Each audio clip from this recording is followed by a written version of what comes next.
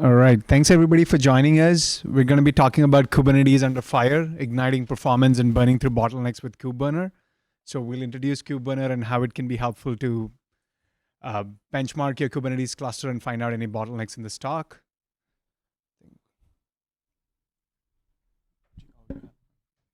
Hello everyone, I'm Vishnu Challa. I'm a part of OpenShift Performance and Scale team at Red Hat. I've been with Red Hat for a little over 3 years. My primary area of focus is doing performance and scale testing with layered products, operator, and then having desired tooling ready for it. So I'm a maintainer for Kube-Burner. Yeah, over to you, Sai. Hey everybody, I'm Malleni. I manage the performance and scale team working on OpenShift at Red Hat. I've been at Red Hat long enough to have ridden OpenStack, Telco, OpenShift roller coaster has been here about a decade at this point. All right, so here's the big reveal. Your Kubernetes cluster is like a theme park. And, I will make the case, I will present the case for this, and let's walk it through. All right, so you have your staff that are like the control plane, as long as they're working fine and they're not overwhelmed, things are going smoothly. But when they're overwhelmed, everything in the park grinds to a halt. Your nodes, think of it like a roller coaster or a Ferris wheel. They're like the rides are the nodes.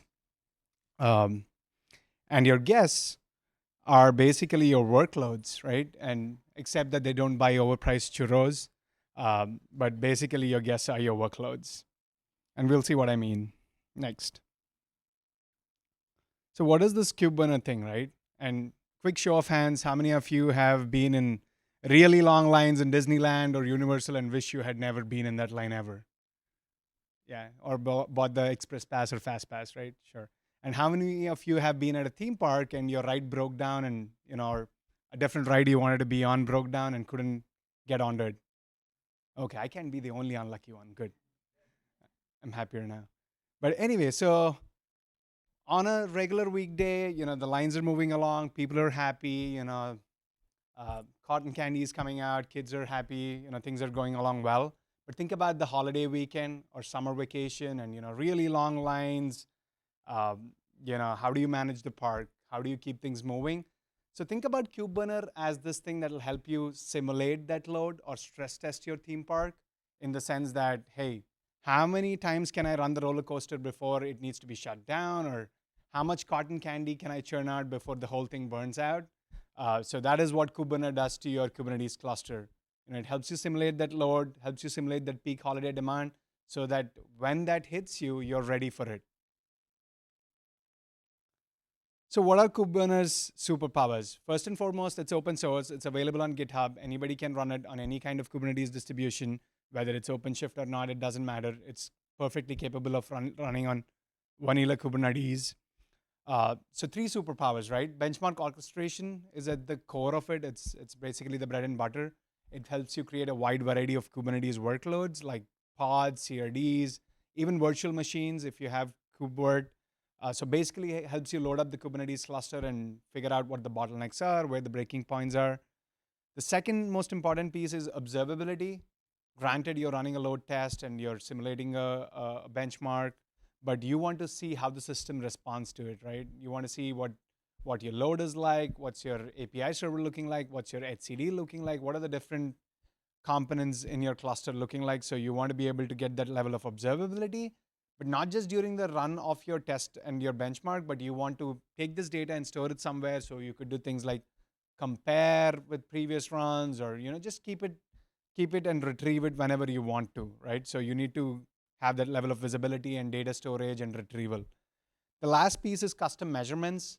Not every piece of data that you care about is available in Prometheus, which is the default observability stack that comes on most of the Kubernetes deployments. Sometimes you need to create custom measurements. Think about it like, hey, how long does a pod take to get into Reddy? That's not something that's very well defined in Prometheus, all the way from you creating the pod to the scheduler watching it in etcd and scheduling the pod, kubelet interacting with the container runtime. There's a lot that happens here, and it's not really readily available in Prometheus. So we have some custom measurements that will give you a sense of how your Kubernetes cluster is reacting to load and how long it is taking for these pods or your workloads to come up. So from long lines to smooth rides, right? This is your load test simulator for your theme park. What are some of the key questions it helps you answer? Um, how large should my cluster be, right? I have this workload, I have this e-commerce website. Do I need 10 nodes? Do I need 15 nodes? What does my peak demand look like? Is my cluster buckling under pressure or is it scaling gracefully? How do I figure that piece out? How does my app behave under load? Like what happens to my app? How many pods can I run overall on the cluster? And there's a new Kubernetes drop. Is this version better than the previous version, or is performance regressing for my use cases? I care about it deeply, right? Or are probes or CNI setup slowing things down? Where are my bottlenecks? It basically gives you that 10,000-foot view on a high level, but also helps you zoom in on things that you care about. Um, and who benefits? It's a performance and scale testing tool, but it's not just for performance engineers, right? App developers, you need to have some kind of expectations from the platform. So it'll help you build those expectations and monitor those expectations over time. Architects, you want to plan things like cluster capacity. How do I plan for my holiday weekend when the rides are long and there's 10,000 kids in line? How do I keep the kids moving along? Baseline performance, admins, you're just an OpenShift admin or a Kubernetes cluster admin. When your tenants are screaming and yelling that things are going south, you want to know what the baseline looks like, just so you are able to understand if it's an actual regression or if it's expected behavior. And also ecosystem, Kubernetes and what it has done to CNCF overall is to create a thriving ecosystem of various providers. When it comes to storage or networking, you have a ton of options. What option makes sense to you? Is OVN a better solution for you when it comes to networking, or is it something else, right? Same thing with storage. How do you benchmark these different backends for you to be able to make the right choices? So again, it's more than performance and scale. It helps a whole lot of different personalities, all the way from developers to just help create a thriving ecosystem where people are able to make smart choices. And I think I will pass it off to Vishnu at this point. Thanks, Sai. Thanks for setting the context.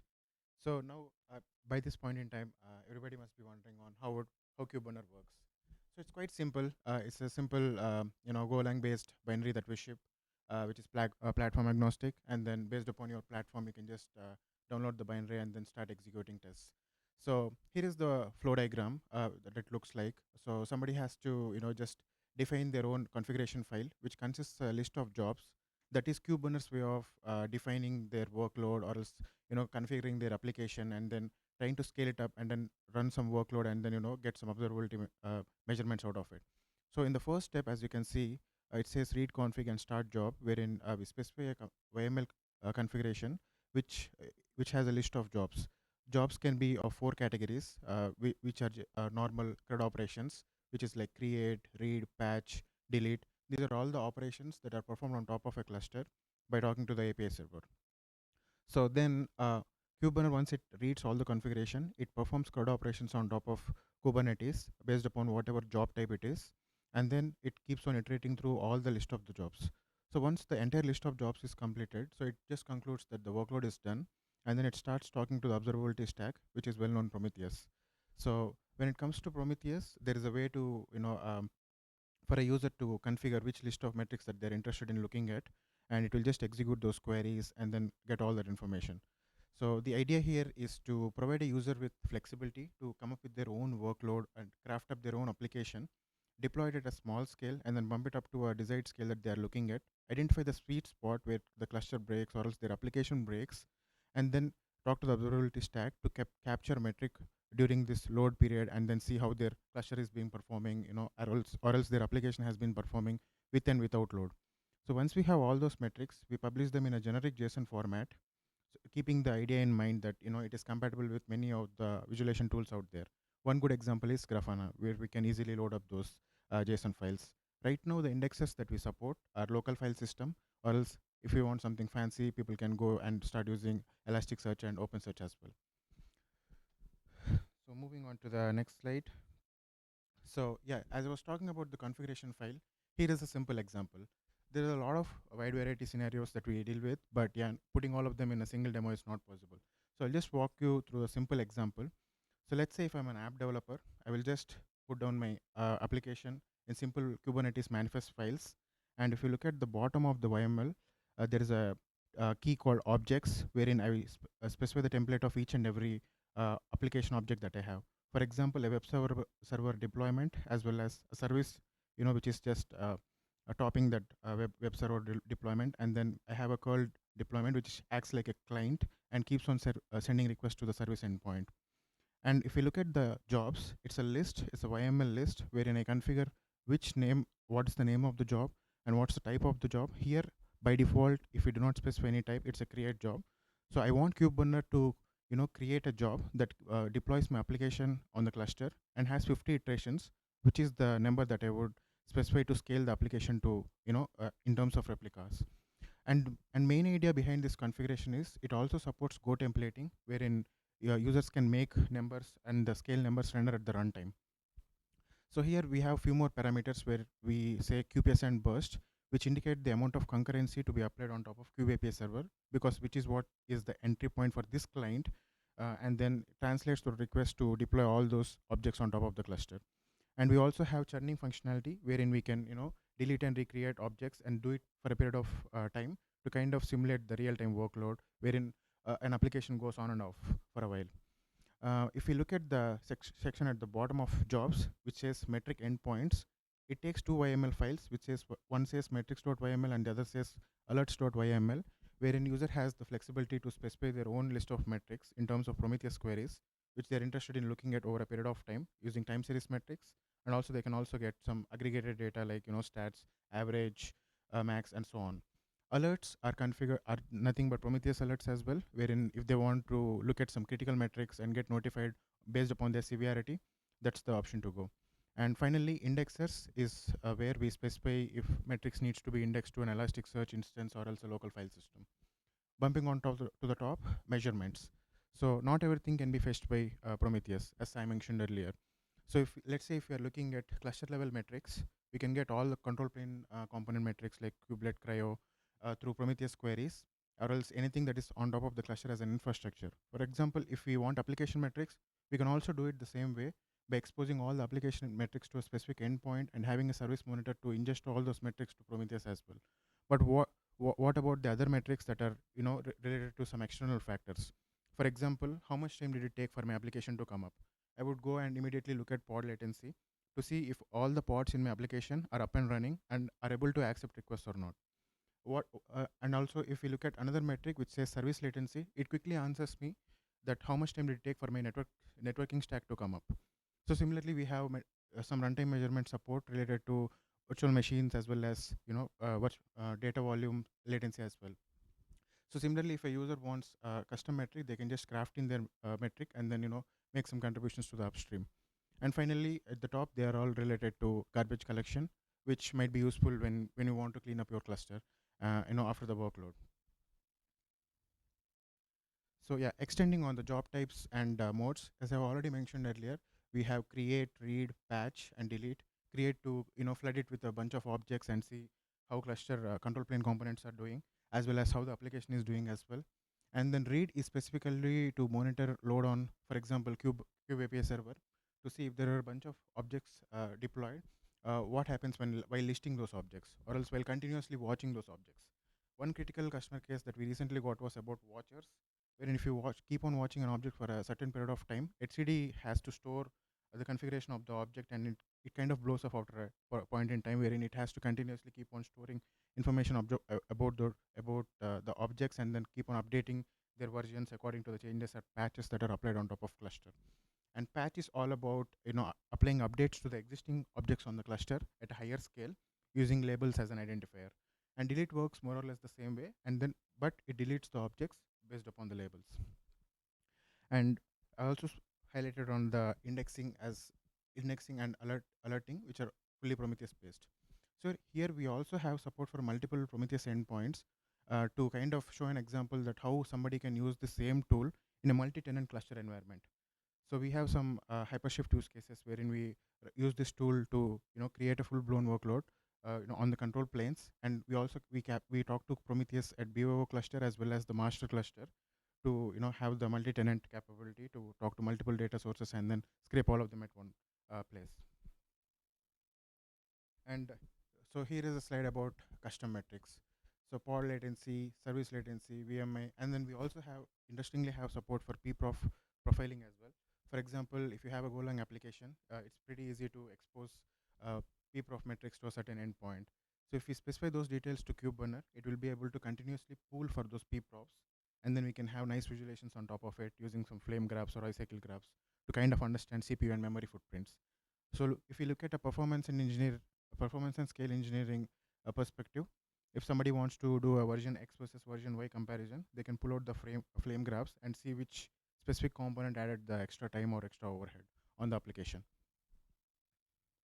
So these are not the full list of custom measurements that we support. There's a huge list of metrics that we already have at this point in time, but these are some key measurements which are present at this point in time. So, and also on top of this, so here we have this tool at upstream level right now as a part of CNCF Sandbox. It works on K8s. That basically makes it work on every other K8s distribution. Right now, if we look at it, K8s is engine and OpenShift is like a car on top of it. And we have multiple offerings of OpenShift on all the famous clouds like Azure, Azure, GCP, as well as AWS, and some in Nutanix as well. So it has compatibility with everything that has K8s as an engine. And we in specific have an OpenShift wrapper where we have some canned scenario defined specifically to look at control plane components, as well as and some scenarios to simulate some of the app developers' day-to-day work, and then help them identify their capacity limits, as well as see how they can come up with numbers on their infrastructure limits, as well as how they can create and craft their own workloads. And when it comes to virtualization, we have few canned scenarios where we look at creating huge amount of virtual machines on top of the cluster. And also we monitor metrics related to storage by using word clone workload, wherein we look at data volume latencies in specific, as well as we have support for CRDs as well. So anything that can be executed on top of a Kubernetes cluster using dash of apply, that can get applied using this client Go library that Kube-Burner uses underneath. So we have support starting from well-known API resources to CRDs as well. So it can go through the entire life cycle and help you craft your own workload and look at the metrics that you are interested in over a period of time. Passing it on to Sai. We're at DevConf. It's about community. It's about what we're doing in open source.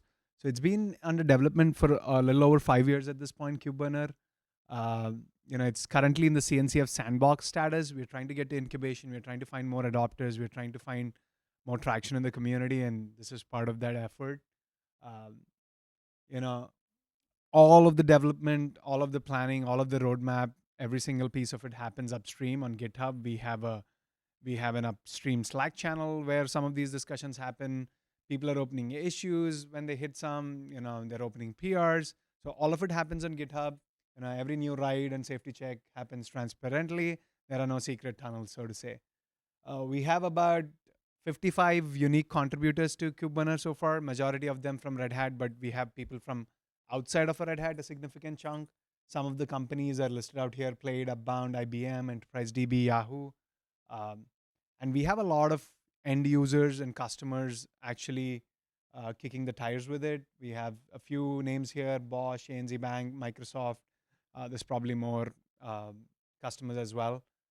But yeah, community is at the heart of everything we do. We're completely driving this in an open source way, taking feature requests and PRs, everything on GitHub. All right, we'll do a short demo. It's recorded because nobody ever said live demos are fun. But anyway, this was a demo I did recently. Hope it's playing. All right.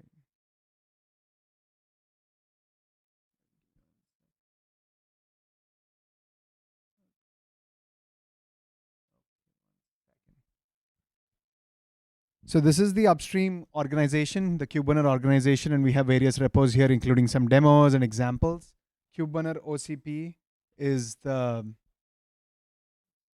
OpenShift wrapper that Vishnu just talked about, which has some canned scenarios.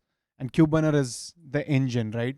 Kube-Burner works on vanilla Kubernetes, and it's also the underlying engine that makes Kube-Burner OCP work. And we're looking at the OpenShift wrapper specifically because it has a lot of canned scenarios. If you want to understand how many CRDs you can put on your cluster, how many services you can put on your cluster, how many network policies you can put on your cluster, or how long it takes for some of these network flows to be programmed. So this is like the easy button to run Kubernetes Kube-Burner. So let's run it on an actual OpenShift cluster and see what happens here. I'm just checking the cluster version at this point. It's a 418 cluster. I think 418 is based on Kubernetes 132, if I'm not wrong, or 131. And I have a handful of worker nodes here and 3 control plane nodes. This is my Kube-Burner OCP CLI command. What I'm trying to do here is run a canned workload called cluster density v2. Think of it like a workload that creates a whole range of Kubernetes objects, right? Not just pods, not just services. It creates network policies. It creates deployments. It creates a whole bunch of different kinds of objects across each namespace. And this would be representative of what you would do when you actually run an application in production. I set the iterations to 10. That's a CLI flag that says, hey, Kube-Burner, go and create 10 namespaces, right? And within each namespace, it's going to create all these varieties of objects I just talked about. Churn is another flag, not super important at this phase, but it deletes the resources it creates in a loop just to create that additional load on the cluster. I don't want churn at this point. And I also have another flag that says GC equals to false. The cool thing about Kube-Burner is it's also able to clean up after itself. Whatever resources it creates, it's able to clean up after itself. But you can ask it to create. You can ask it to create or leave them around. In this particular case, I wanted to leave some resources around. We're going to look at the end-to-end workflow. So I just kicked it off. You're seeing that it's doing a little bit of sanity checks, like basically checking for cluster health. Cluster is healthy because there's no point running a benchmark on a cluster that's not even healthy, right? So it checks for cluster health. It has a few signals that it's going after. Then it's creating the connection to OpenSearch because according to our configuration, we want the results and the metrics that it has scraped from Prometheus to be sent to OpenSearch so that we can store them and retrieve them and visualize them. So it's starting to create all of these namespaces. You can see all of these different projects getting created on OpenShift, which are nothing but namespaces in Kubernetes. We asked it to create 10, so it's going to basically stop at 9. It started from 0. And it says, and it goes and checks that all the resources that it was trying to create have been created, if you see the bottom of the screen. And I'm going into one particular namespace to see what kinds of objects it has created. As you can see, it has created a route, image builds, replica sets, deployments, services, pods. So a wide variety of Kubernetes objects. So it's basically stressing Kubernetes in a holistic way.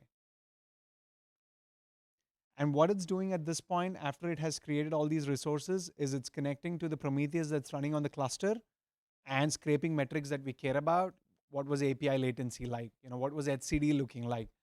A whole bunch of things. What was my control plane memory looking like, and things like that.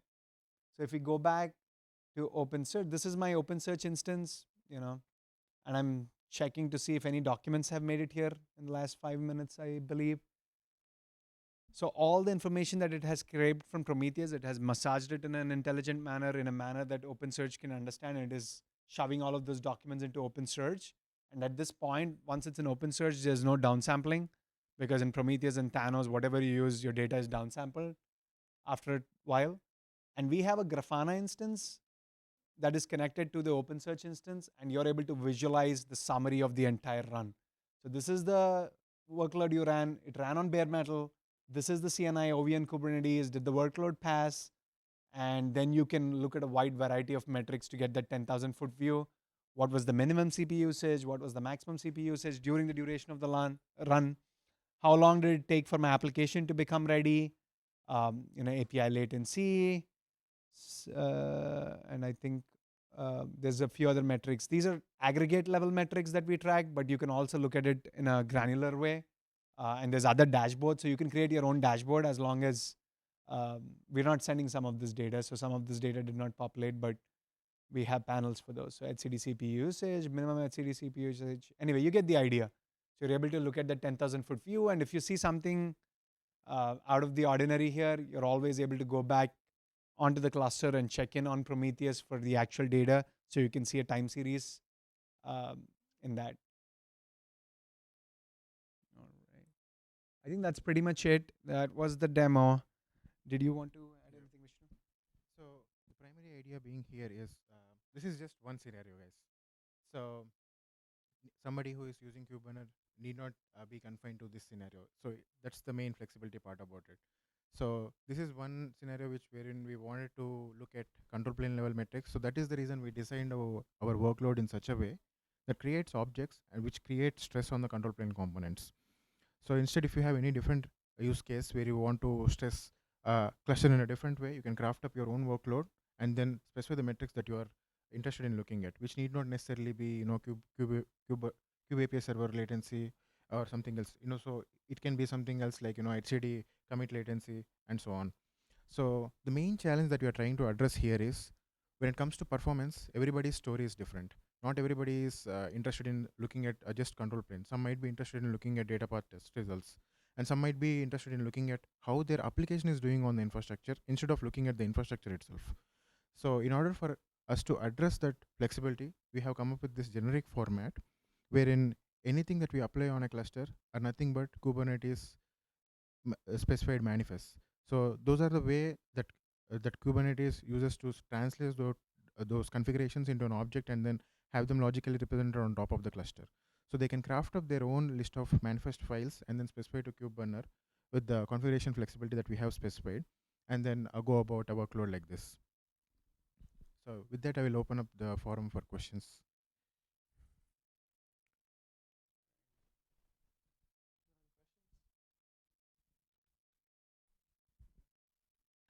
Very interesting talk, and I can see totally from the infrastructure perspective how this is particularly interesting.